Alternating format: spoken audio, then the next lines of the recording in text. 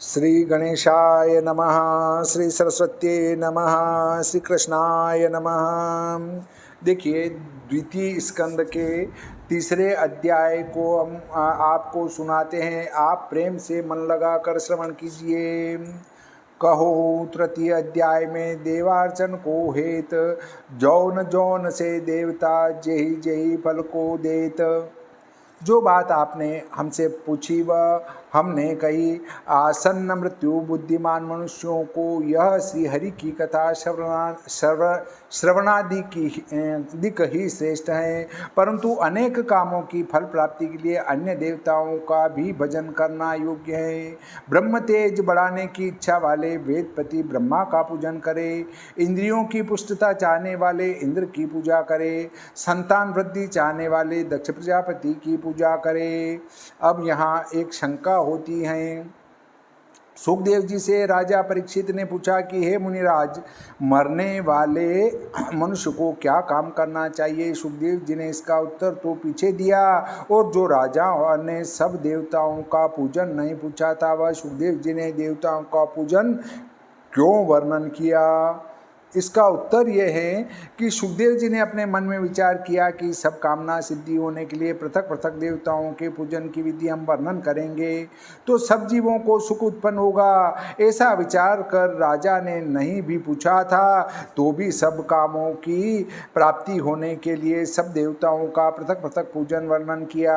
सुखदेव जी ने विचार किया कि सब मनुष्य अपने अपने हृदय में अपने अपने कर्मों को देखकर हमारी कही हुई विधि से देवताओं का पूजन करके सुख को प्राप्त होंगे।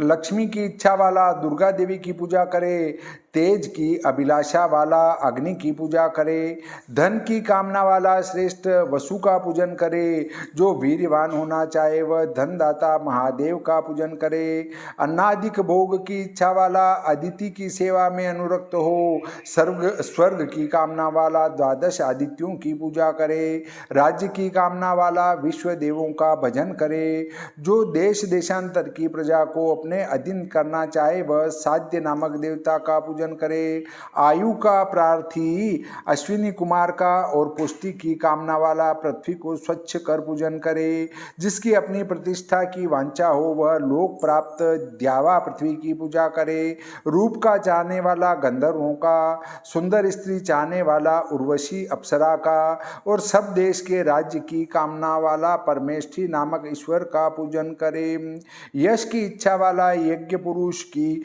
और कोश की इच्छा वाला प्रचेता वरुण की, विद्या चाहने वाला महादेव जी की, दंपति में प्रीत्यर्थ पार्वती जी की, धर्म का चाहने वाला विष्णु की, संतान की वृद्धि चाहने वाला अरिमादि पितरों की, जो सदा बाधा विपत्ति से अपनी रक्षा चाहे वह यक्षों की, और बल की कामना वाला मरुद गुणों की, जिसकी राजगद्दी की इच्छा हो वह मनु महाराज की, और शत्रु का नाश करने वाला निरति मृत्यु की, भोग की इच्छा हो तो चंद्रमा की, किसी काम की इच्छा न हो केवल वैराग्य की चाहना हो तो परम पुरुष भगवान की, जिसकी किसी वस्तु की चाहना न हो अथवा सब वस्तु की इच्छा के संग मोक्ष की भी कामना हो वह उदार भक्ति और तीव्र बुद्धि से परम पुरुष विष्णु भगवान की पूजा करे।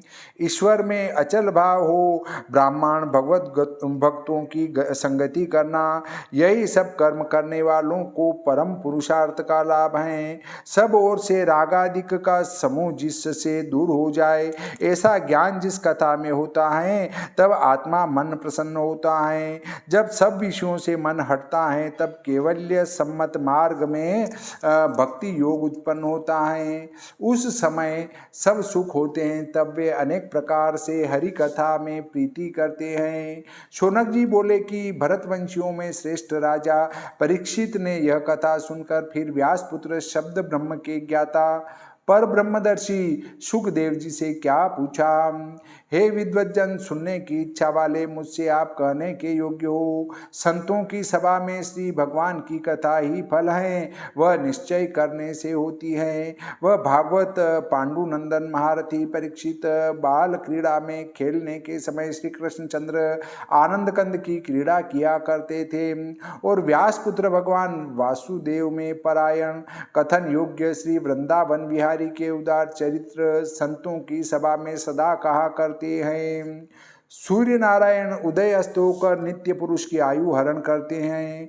उत्तम यशस्वी परमेश्वर की चिंतना के बिना जो क्षण व्यतीत होता है वह आयु वृथा जाती है। वृक्ष क्या नहीं जीते हैं, धोकनी क्या श्वास नहीं लेती हैं और ग्राम के पशु क्या नहीं खाते या विष्टादिक नहीं करते हैं, इनकी आयु व्यर्थ ही है। विष्टा खाने वाला श्वान, ऊंट, गधा ये जिसकी स्तुति करे वह व्यक्ति भी पशु हैं। जिसके श्रवण में कभी भगवत चरित्र नहीं सुनाया गया है वह पुरुष पशु तुल्य है।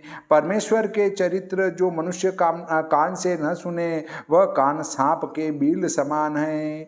और हे सूत, जिनकी जीभ से परमात्मा का नाम नहीं निकलता और भगवत कथा नहीं कहती वह खोटी जीभ मेंढकी जीवा के तुल्य है और वृथा बकवाद करती हैं। रेशमी वस्त्र वेष्टित शोभायमान किरीट युक्त शीर जो भक्त वत्सल भगवान को प्रणाम नहीं करता वह मस्तक केवल शरीर पर भार है।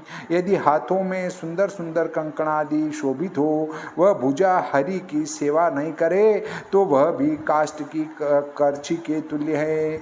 जिन नेत्रों ने बांके बिहारी की मनोहर झांकी न निहारी और महात्मा पुरुषों का दर्शन न किया वे आंखें मोर पंख के सदृश हैं। और जिन पैरों से मधुसूदन के क्षेत्र में न फिरा और तीर्थ यात्रा न की वे पद वृक्षों के समान हैं।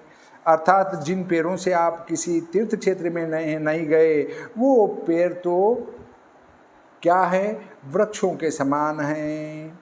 जिसके शरीर में ब्राह्मणों और नारायण के चरण की रज न स्पर्श हुई वह प्राणी जीता हुआ मृतक तुल्य है। जिसने विष्णु भगवान और शालग्राम के ऊपर चढ़ी हुई तुलसी पत्र की सुगंध न ली वह श्वास लेता हुआ मृतक है। बड़े खेत का विषय है कि ग्रहण करने योग्य जो भगवत के नाम हृदय से नहीं लेते उनका हृदय पत्थर के समान है। जिन्हें हरि यश श्रवण करने से हृदय में विकार न हो और आंखों में जल न आए, शरीर के रोम खड़े न हो वह हृदय पाषाण निर्मित समझो। हे अंग, हमारे मन के अनुकूल तुम कहो। भक्तों में प्रधान व्यास नंदन आत्मविद्या के ज्ञाता से जो राजा ने पूछा और उन्होंने कहा वही आप भी कहिए। श्री भागवते महापुराणे द्वितीय स्कंदे भाषाटिकायां ब्रह्मादि देव पूजन वर्णनम नाम तृतीयोऽध्यायः। बोले श्री कृष्णचंद्र भगवान की जय। श्री रामचंद्र भगवान की जय। बजरंग बली की जय। गणपति जी महाराज की जय। सरस्वती मैया की जय।